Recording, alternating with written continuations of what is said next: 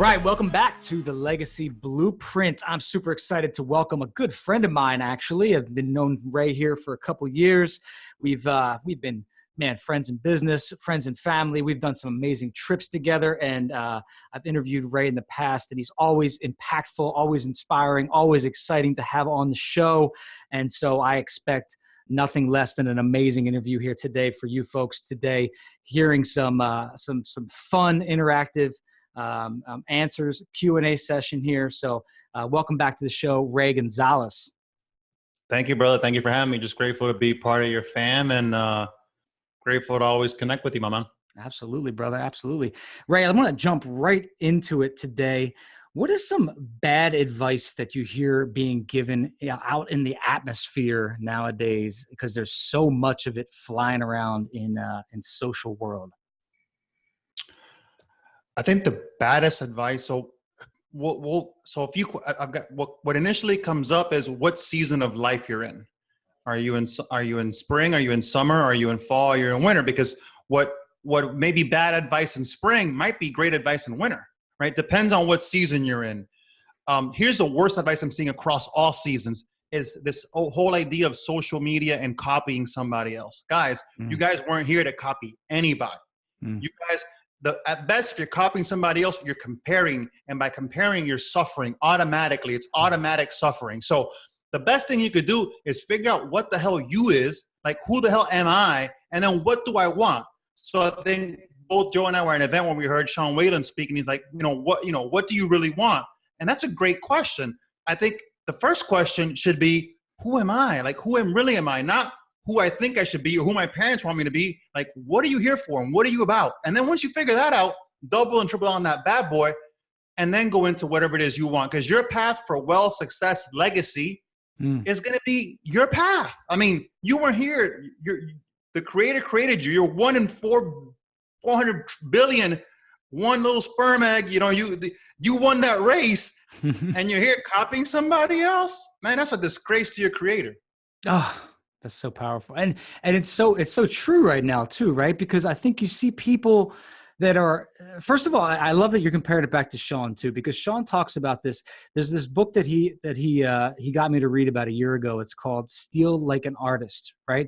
And people think that book is based on copying people, and it's not, right? Like the book talks about stealing little bits and pieces from your mentors and then creating your own.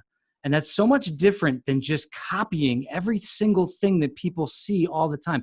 It's not like you just read a book and then take 10 pages out of that thing and then jump on social media and talk about what you just read. That's copying, right? But like actually taking little bits and pieces and then putting them into motion, making them your own, and then creating content. That's the difference, right? It's a little bit of a difference, but I hope people that are listening understand the difference of what Ray just said versus what Steal Like an Artist and what Sean and what these other guys are talking about. It's not copying, it's imitating and putting your own brand and your own spin and your own content out there, right? The best way I've heard of it's got to come through you. So when you said creating, yeah, you can learn something from something else, but then it's got to come out through your own voice, through your own unique voice. You might be saying a similar message, but no one's saying it the way you're saying it, Joe. Yeah. How many times have you told your team one thing, and then I'll come in one day and say something else to your team, and now they get it?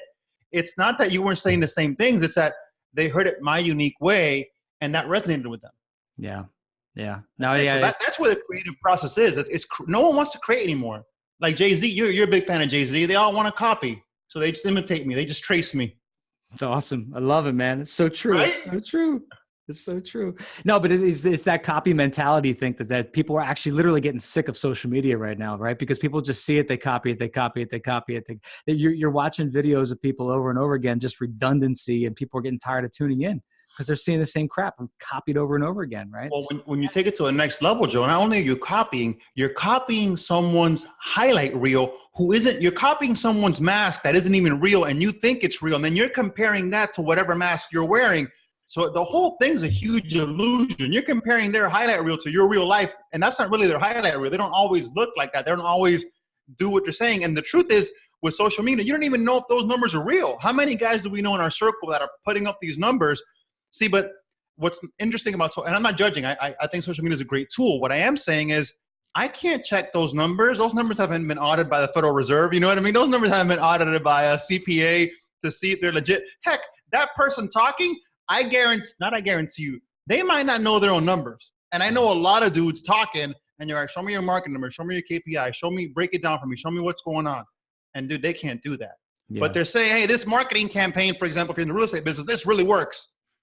Yeah, but if you can't quantify and they can't quantify, but you're believing it as if it was true. You're believing the highlight reel rather than look inside. And let's get deeper. Why don't we do it? Why? Because it's uncomfortable as shit to be with yourself. It's easier to put a fucking podcast on. It's easier to listen to the outside world. It's easier to be influenced than be the influencer.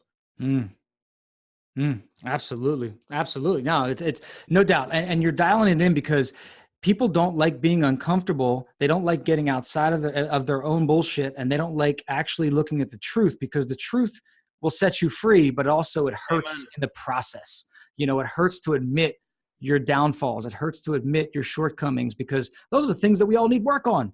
And guess what? The fact is, if you're listening to this, we all have them, right? Whether we want to admit them or not, we all have them. And we have to suffer through them to get better. It's the only way we're going to get to the other side, right? It's the only way we're going to see the promised land. And even with the suffering, Joe, like I've changed my perspective on that. And I agree with you to a certain extent. It's like, dude, how do we enjoy the suffering? Because you and I work out, and some of the stuff we do and some of the nutrition stuff we don't enjoy. But what I've learned lately is, if I can enjoy this, then it's no longer suffering. So a lot of guys work out with me and they're like, oh, this is you're killing me. It's like, dude, this is fun. Yeah. And ultimately you end up enjoying the process, because ultimately, guys, we're always in this term of legacy. We're always going to want something else once we get there, wherever the hell there is, right? Where we made that shit up, right? But ultimately is, can you enjoy the ride? So I think when you say, what's my legacy, is, dude, enjoying the ride no matter what season is in. Because the truth is, we can't be all up on highs and we can't be all up on lows. Like that's just the cycle. That's just change. That's what's going to happen. The thing is, can you control your mind? Can you manage your thoughts and enjoy all of it? Yeah. Love that present moment.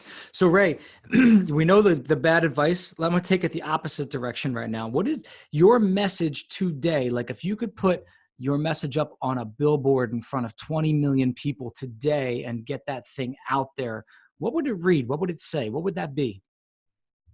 So what comes up through my soul? Yeah. Do you. Do you. Do you. Simple. See, the most profound thing is someone actually living their talk, right? And everyone around you is inspired by that because they want to be doing that. And for some reason, they're not allowing themselves to. So, and it's the hardest thing to do, guys. Living your talk, living by what you actually say it, right? Because one thing is a word and intention, but when you actually do you and you're living you and you own that and you own who you are, man, that's a powerful dude. When you look at these guys like Grant Cardone and Andy Frisella and these guys at that level, they're doing them. Even Gary Vee and these guys, that's what attracts you, is that's their soul on fire. But you're only going to get that if you do you. I love that. Because otherwise, people's bullshit meter nowadays, because of social media, is very, very high. So if someone's out there faking, it's only a matter of time that they get exposed. And at a soul level, you know. Absolutely. Absolutely. So, Ray, what would you recommend is one of those ways that you can be that way, that you can actually, come out of your shell maybe, or, start to be more authentic, or do you, as you say? Then the first thing is to get to know yourself. I think spend some quiet time with yourself, get into your body. When you're into your head, Joe, you're in the past. Right. So, and when you're thinking about the future, which guys like us tend to do, be in the future, be in the past, you're not in the present. So the only way to be in the present is to really be in your body and be in the moment. So Joe, you and I have little girls as well. I've got one, he's got two, and being with them, all they have is the present moment. So if you've got kids or a young puppy, spend more time with them. That's a good tip. Guys, meditate. And meditate's not nothing new. Ooh, spend some time just getting to know your own breath and your own heart rate. Gratitude, guys. The heart and the breath is the only thing you own that's uniquely yours. What else? Do gratitude. Get in. Tony Robbins is an exercise where you kind of go into your heart and you do a little gratitude exercise. So you start to live from your heart rather than in your head, because your heart always knows the answer. I love that. I've never heard your heart and your breath is the only thing you own. That's really, really cool. It's fact, isn't it? Yours. That's pretty cool. I love that. I don't know where you heard that before. That's uniquely yours, right? Because everything else isn't uniquely yours, right? This body and everything else is going to leave. Ray, tell me about a piece of your routine, because I know you're a big routine guy. I'm a big routine guy. Tell me like one thing out of your routine that you hate to miss. One thing that you just can't go by without, in each every day that you don't miss. The biggest thing for me lately, and it wasn't always this way, is meditation. Like today I didn't do it. So as soon as you and I are done, that's the first thing I'm doing. I just kind of woke up late. Valentina had a rough night, my daughter. Mm-hmm. And meditation is the best thing I do every single day that really sets off the track. And then kind of the second thing would be workout. But to me, those are the same. So to me, working out is meditative, right? For me, it's my soul doing it. And again, anything that the biggest practice I would practice, and notice the word I use, practice. You're not going to get it perfect. We're not looking for perfection. We're looking for presence, and we're looking for practice. This is why the yogis nailed it. They call it a practice. Yeah. It's something you do over time. So figure out what that is for you, something in your body, whether it's yoga, whether it's breathing, whether it's swimming, whatever that is for you, where you can be in your body and get to know yourself, and then start to do that. And listen to yourself. Listen to what feels good. At a deep level, Joe, I think a lot of guys aren't listening to what their gut says. And there's a fine line there. Again, that's why I call it a practice of like, hey, you know what? I'm uncomfortable, and yet I still want to do this. That's one thing. And yet there's another feeling of, hey, I don't want to do this. Those are two different things. And the art of managing that is a practice. Yeah. And you get better at it with time.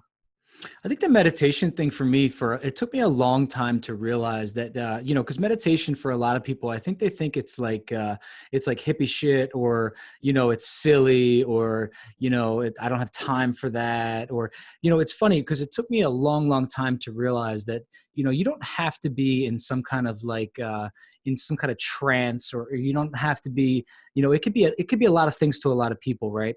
It could be guided meditation. You can do, what's the type of meditation that you'd sent to me the one time that had the binaural beats? Yeah, the beats meditation. Meditation could be simply, you being in a quiet place and listening to a certain type of music where, you just give your brain a chance to just be in your own thoughts and your own mind, right? Journaling is a form of meditation. Is a form of meditation, right? So, folks, if you're listening to this, I think that just sometimes, I was actually in a conversation with someone last week, and they said, I can't get 10 quiet minutes to myself, because this was a professional. She's not a stay-at-home mom. She's a mom who is a professional who goes home and mothers her kids, and, packs the lunches and gets them set up for school the next day. And, she's working 24/7 and just can't seem to get 10 minutes to herself. And I said, you know what, just finding 10 minutes in a quiet room. I don't care if you lock yourself in a closet, being alone with your thoughts is that meditation. That's the time when you start to just balance things out and allow your brain to breathe and think, and stuff gets answered in that time, in that space, right? That's when we start to learn to practice our presence and learn to practice, answering the subconscious questions that are getting asked and answered while we have that time and space. Guys, if it's 10 minutes, if it's 20 minutes, if it's a half an hour, it doesn't have to be 2 hours. You're not a monk. Don't make it hard. Don't make it more difficult than it has to be. But and I did that initially. Listen to yourself. Like, be able to listen to your thoughts. Yeah. Because then you can differentiate, hey, that's just a thought I have, right? Because sometimes you think a thought and you think that thought is you, and that's not true. And then so you're always on the go. Really, what Joe and I are saying to you is slow down. Yeah. It doesn't mean do less. Slow down. But don't overthink. Get more done by slowing down. Absolutely. I love that slow down to speed up mentality, right? But I think some people think you have to have an hour set aside to go meditate. You could have 10 minutes. Just take 10 quiet minutes alone. That's all it takes. Just pausing. Just pause time for 10 minutes. And even, dude, look at, what's this guy's name? Tony Robbins says, if you don't have 10 minutes, you don't have a life. I agree with that. 100%. And dude, Ray Dalio. Dude, this guy runs a hedge fund, runs a huge charity, has like 3 or 4 kids, right? He runs Bridgewater, right? 1,500 employees, tracks the market, finds time to meditate 20 minutes in the morning and 20 minutes at night. And if you ask him what it does for him, it helps him keep equanimity as the markets change. It helps him manage his emotions. He's been doing it for 30, 40 years. This guy's a billionaire multiple times over. And if he is making this a priority, who the heck are we not to? I tell you what, I am a student of the game. And then not only do I run the podcast, I listen to a lot of great interviews, and I listen to a ton of audiobooks and read constantly. There's an amazing interview with Ray Dalio and Gary Vee, where Ray convinces Gary Vee to meditate. And Gary Vee, if you listen to Gary's interviews, watch his videos, he's nuts. He's a million miles an hour. You could never picture this guy actually meditating. And Ray Dalio convinces Gary to start meditating. It is game changing. So if you have a hard time being convinced that meditation is important, go find that interview and listen to it. Because Ray and I aren't going to convince you. That interview will convince you that meditation is important. Or listen to Ray's books he's got a book called Principles and a book called Big Debt Crisis. This is Ray Dalio. Yep. Listen to those books, because what Ray Dalio has done that's been so influential for me is he quantifies everything. Yeah. Right. So he's got numbers and he can prove to you mathematically why everything that he's saying works. He's not just talking about it. Super impactful dude. So Ray, let me backtrack for a second. I know failure and bouncing back and getting better from our mistakes and learning from our mistakes is a big reason why you and I have been so successful. Is there a failure in your last 5 to 10 years that you can attribute to pushing you to another level? Or sometimes I like to call it your favorite failure. Do you have a favorite failure that's gotten you to a different level? All of them. I mean, I think one of the biggest things to say is resilience. I mean, everyone talks about it, but you and I are doing a burpee challenge, and just to give you a silly example, what do you do? What do you say to yourself in those moments when you get punched in the mouth? Do you keep going? Is it because a lot of it's just mental chatter, right? So this meditation, and when that comes up, no, I can keep going. There's always more in you. So one of the things is like resilience is the ability to bounce back, right? The ability to comeback power, right? So as you're doing the stuff that's hard and you don't want to be in it. So for me lately, it's been whether it's the burpee challenge or getting into a cold plunge pool. I find things that I can up my resilience daily that test me where I have to quiet the mind. So I'm in a 40-degree pool for I first started 30 seconds, then I got a minute, then I got 6 minutes, then I got 7 minutes. So what can you do where you can put yourself to actually grow that muscle, that resilience muscle? That's one. So my biggest failure came out right out of the gate. Right out of the gate, I invested with the company $60,000, and this is $06. So that's really about 120 G's today. And they just took the money. So we ended up fighting about a year later, got the money back. But I was all in. I wasn't going to let it stop me. And I said, look, I'm already 60 grand in the hole. Luckily, I was a good saver. I got into some debt, but I was good at saving money and just bounce back. And once you kind of make it through the first one, once you show the universe, Think and Grow Rich has got a great line that there's this guide that takes fun and delight in throwing rocks your way and little things. And he's really testing your resilience. And eventually, as you keep going, he just gives up. He's like, all right, dude, this guy's not going anywhere. Let me go find somebody else to pick on. But he's not picking on us. I made so many mistakes, guys, that I stopped calling them mistakes. I call them learning lessons, and I'd write every single one down. And guys, I have a spreadsheet that's thousands deep, because some of the mistakes I made them multiple times. So it's this ability of, and again, Ray Dalio talks about it too. Can you triangulate and can you learn from your mistakes? Can you learn and look at them unemotionally? And guys, life isn't an achievement. Life is like a big school, and you're here to learn. So you don't just learn from your victories, because that's not sustainable. You're not going to win all the time. And if you're attached to winning, you're going to lose more. So this idea of maybe be attached to living to your potential, or to giving it your all, or what your enthusiasm is, or what your state is, right? Those are things that are within your control. But if you're attached to winning, the truth is you're not going to win very often if you're pushing hard.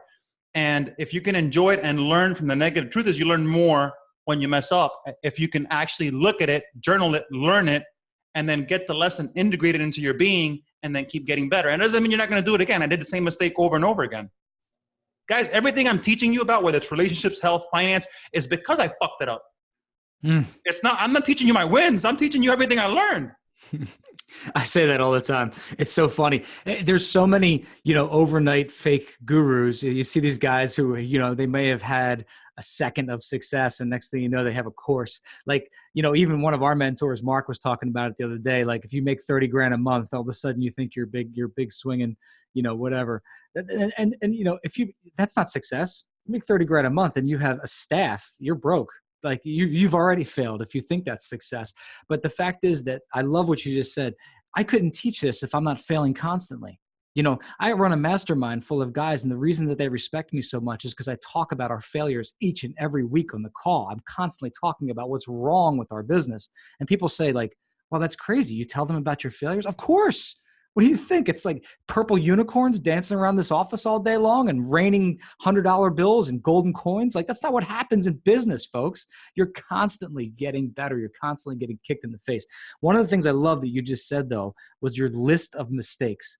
I think that is so impactful. I've never actually heard anybody say that before, that they actually list out their mistakes. Every single week, and I review them. That's awesome. I love it. Like, I mean, I journal. I constantly ask questions. How do I fix this? How do I push through it? But I've never actually heard of someone list the mistakes. So that's super. It really, especially if you're in like the early season of your career, guys, if you're starting out in spring and summer, that's the best time because it's going to help you evolve. And as you get better, you know, you learn some of those lessons. But if you're really starting out, that's the best one, is learn from your own mistakes. What better teacher than yourself teaching you what you could have done better in a situation? Because there's always room to improve. It's awesome. So Ray, what in the last like 5 years or so, I find this. Hold on, let me before I want to get to it because I love it. You said a point about something, guys, and I heard a call with Bo Eason recently. He's a safety and kind of one of the fastest running backward safety. And it's something that was very interesting that you and I have realized is, guys and ladies, it's gonna take 10 to 20 years to get it. Let's just keep it 100 so that you initially go with that expectation that for you, mastery is going to take 10 to 15 years. So a lot of guys, let's say in the physical fitness space, look at me. Oh, you're not taking juice, or you're not doing this, or you're not doing that. No, it's been 15 years, 5 days a week, but you don't want to see that. You don't want to see all the recovery work. You don't want to see all the nutrition work. You don't want to see all that. In business, it's 14 to 15 years to get to a space now where we can lend our own capital. But you don't want to see us starting out working weekends, Saturdays, and Sundays, working 16 hours a day, all delayed gratification. No one wants to see that. So it's an overnight success. Nothing's overnight. And what I'm saying to you guys is be patient, because if you're 30 or 40, you got another 40, 50, 60 years to live here. Find whatever that thing is for you and dedicate 10, 15, 20 years and know you're here for the long term. And it sets aside all the anxiety because you're not going anywhere. This idea of it's going to be instant, or I'm going to get to Joe's level overnight. That's not going to happen for you. Now, Joe can certainly help and be a coach and a model for you. And yet you still have to do that work. It's going to take time for that to become you and integrate into your being. It's not going to happen overnight. I love it, man. Andy Frizzell's got a great quote that he became an overnight success in 3,650 nights, right? Yeah. 10 years of grinding, and he was living on a mattress making $600 a month. Like guys, it takes years. It takes decades. And here's the good news, though.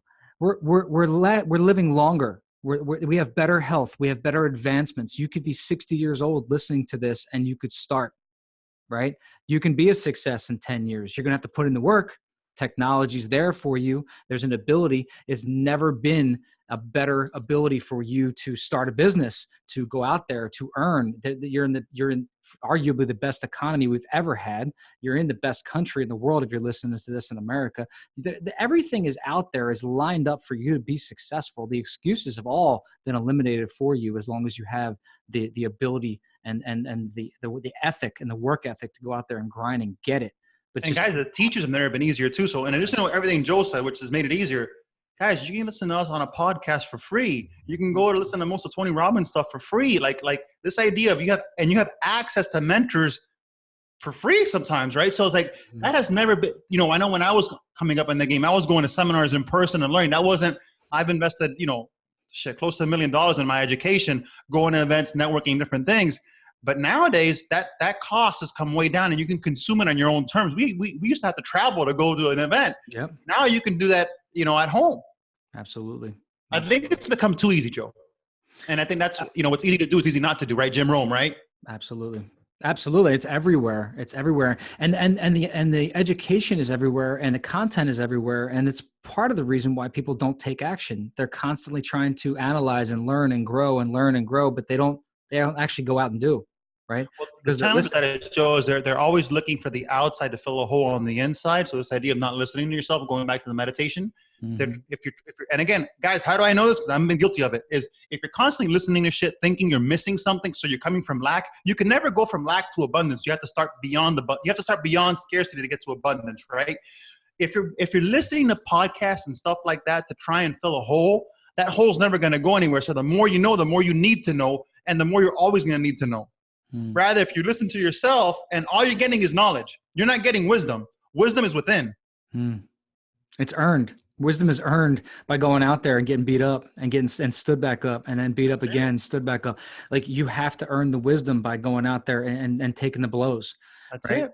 Like And surfing, we can talk about it. We can hypothesize, but until we get on that board and fall off a few times, then we'll have some wisdom. absolutely, absolutely.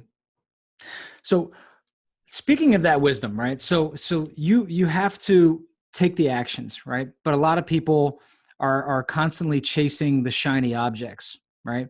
What I see really successful people do is getting good at saying no to things.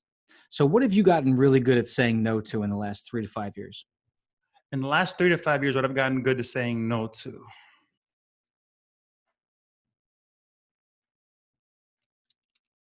Really saying no to distractions and saying no to things that aren't in alignment with where I'm going. So, give you an example. Like we have certain opportunities where we can get into deals and we could kind of find some. So like the biggest thing for us lately, Joe, is we used to do a lot of fix and flip and wholesale, Mm. and I would still have opportunities come up, and I've had to learn to say no or send them somewhere else and pass so that we can be more passive. Because lately, what's important to me is being an amazing dad, being an amazing husband. Not that making money isn't important, and yet if I have to trade time or attention or emotion for it, I don't want to. And again, flipping houses and wholesaling used to be fun for me. It used to fulfill me. Now it doesn't anymore. I got more juice out of helping a guy out make 10 grand a deal than I ever did on my own. So as you evolve, these things change. So really it's listening to your heart and then saying no to the things that don't fulfill you. And even though in my spring of my life, that juiced me, but now in the next spring of my life where it's more about giving back, impact, legacy, being an amazing dad, being an amazing husband, these pieces are more important to me. So I've learned to say no to some of those opportunities. I love it. I love it.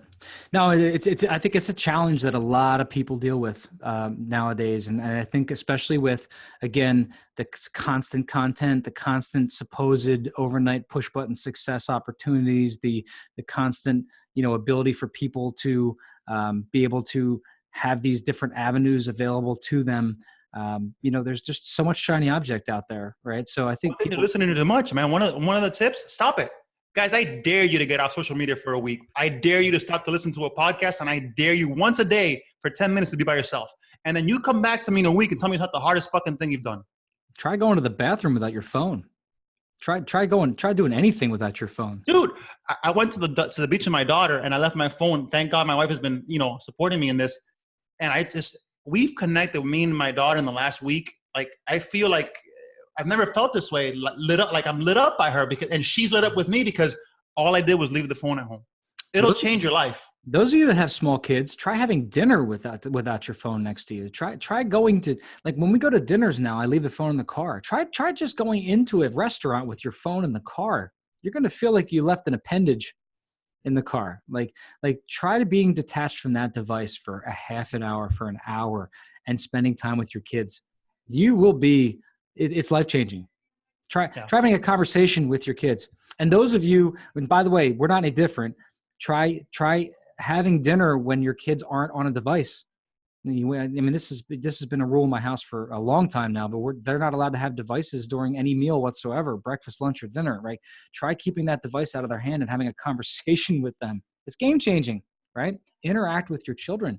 It's a big time. Guys, it's about connection. And I think that's what's missing. They're looking for more content. Really, the goal should be connection, not content. And if you connected more, and connection isn't through the head, connection happens to the heart. Joe and I have connected because we've had a lot of heart to hearts and moments with Joe. That's what creates true connection, not just a relationship. Absolutely. So Ray, we ask everybody this question, and I'm curious to hear your answer. What does legacy mean to you? I think impact at this stage. What impact can we make together? Me and my wife have a podcast. That's part of the impact piece we do. We have a podcast to help entrepreneurial couples co-create the life and business of the dream. That podcast is called Both on Board. And it's, again, everything we've learned how to get into your relationship and alignment to win the money game. That's really what we're shifting it to, is how do you win? It's for couples that want to win the money game together. They want to play and win that game together. And then ultimately, so they can live life. What you said, they can live their legacy. So living your legacy is you living a lifestyle that you want and allowing yourself to live it. Also making impact in the world, helping other people. At this point, it's all about growth, contribution, and me enjoying the ride. For a long time, I didn't do that. So like, I'll give you an example. Something we did is I rented a condo on South Beach in addition to the house we have here. And me and my daughter will go out there a couple nights a week, just her and I. We'll hang out. We'll go to the pool. I'm teaching her how to swim, and phone stays home. We go. When was the last time you sat by the ocean with your child and watched the full moon? I mean, dude, you want to talk about life-changing? Like life-changing, guys. We did yoga to a full moon, and then we're on a skateboard or on a scooter, just her and I, right? So what I'm saying to you is design your life and enjoy the ride and really start to live that lifestyle. And that's part of your legacy. It's what kind of dad am I going to be? How are we going to make impact in the world, right? And then also the charitable piece, right? We support various different charities. We saw Frank McKinney last week, and he has a charity in Haiti. We support another charity that helps kids caught up in human trafficking. We've contributed to Joe's charities with the vets. So again, making an impact and helping other people is what we're about right now. It's awesome, man. It's awesome. Ray, other than the podcast, which is amazing, by the way, if you guys, especially those of you that have couples, listen to the podcast, the Both on Board podcast is awesome. Any other way that people should be able to reach you? Any other events coming up or anything like that? Right now, we're just figuring out what the next evolution of the podcast is. So you can find that on Both on Board. We're on Instagram as well at Both on Board. I'm on Facebook, Ramon Gonzalez, Ramon Gonzalez. And I think that's the biggest piece, guys, is just figure out what you, and I go into details of meditation and all those details of what you can do to kind of get to know yourself and all that within there, because this works better, Joe, and you know this, if your spouse is on board. I mean, that's why we call it Both on Board. If your spouse is in alignment, dude, there's power in one. And I was nice by myself. I was flowing. I was kicking it. But when I got with Christy, we both got on their level. Dude, this just went 10x. Because when you got alignment of two people, you can actually do a lot more, because usually you'll attract a person into your life that's good at what you're not good at, because the universe seeks balance. One of the things you and I spoke about first. So if you allow that person to help you grow, because in my view, personal relationships, intimate relationships with your spouse is really just the ultimate personal development tool.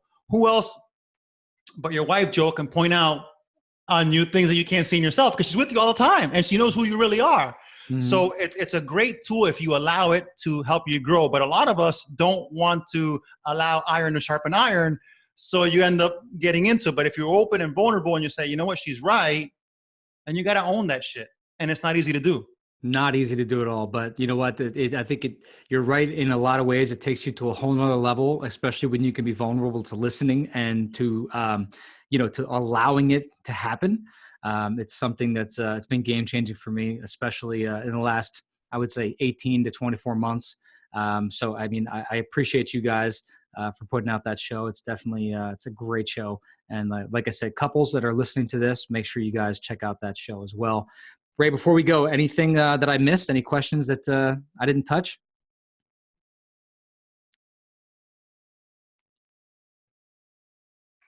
Anything else that you ask? I'm thinking of anything else that would. I'd say the biggest thing, guys, is who is mostly your audience? What season of the game are they in? Who's mostly your audience? Generally, seasoned entrepreneurs that are looking to level up in their business and their life. So seasoned entrepreneur. So if you're a seasoned entrepreneur, season means what, 5+ years, Joe? Is that it? Yep. So the biggest thing I would say if you're in that season is sometimes you're in that season like we were. You're in the game 5-10 years, whatever that is. And if you're running a business, a wholesale or fix and flip business, the most in real estate? Not necessarily. Any kind of business? All industries, yep. It's fine. So really at the end of business, you should have two things and two things only: time and money. Mm-hmm. If you're in this 5-10 years and you don't have those two ingredients, something's wrong. Take inventory, stop. Because if you don't have time and you don't have dollars, there's a problem. So now let's assume that you're in that seasoning and you have time and dollars. Do I even want to continue doing this? That may not be a passion for you anymore. If it's not growing and expanding, that may not be your soul's purpose here. Might be something different. And guys, sometimes it's time to make a change. Like, we're so tied to this thing. Dude, you're here to grow and learn. We're so attached to, I'm a real estate investor, or I do multifamily, or I do single family fix and flip. I don't give a shit about any of that. I want my money to make money. I want to make money on money and free up my time so I can be what my constants are. What are my constants? Be an amazing husband, be an amazing father, live an amazing lifestyle, help other people, make impact. Right? Everything else, I'm not attached to it. If my soul wants to do something, I wasn't a podcaster. Now we just started a podcast. So I wasn't a lender. So we just stopped everything else and became a lender. So just figure out what's going to like be that passion, your soul's purpose, what's going to light you up. And then, you know, once you have that, figure that out. And then the next thing is, if you don't have the time, figure out, if you own a business, figure out how you can, to leave a legacy, figure out how you can take some of those dollars and invest them passively so that you can make money on money and you're not actively engaged in that business. Because let's just keep it 100 with all of us. And Joe, you know more about this than I do. If you're running an active day-to-day business, you're engaged, especially if you're growing it. Now, if you're just kind of like letting it sit and chill, you may not have to be as engaged. But if you're actually growing a business, it's an active thing. And if you think, hey, you know what, I'm going to now be active in investing, I'm going to take the skills I learned in business and go invest and make money on money, you're going to get your ass handed to you. They're two very different skill sets. So how do you take those dollars and then invest them so you get back your time so you can live your legacy? I'm not talking about leaving a legacy. I'm talking about living your legacy. There's a fucking difference. Damn, how are you going to save the best for the last question of the podcast, man? That was amazing. The guys, I absolutely hope that you have waited to the end here, because that was the bomb right there, right? That was the bomb dropping.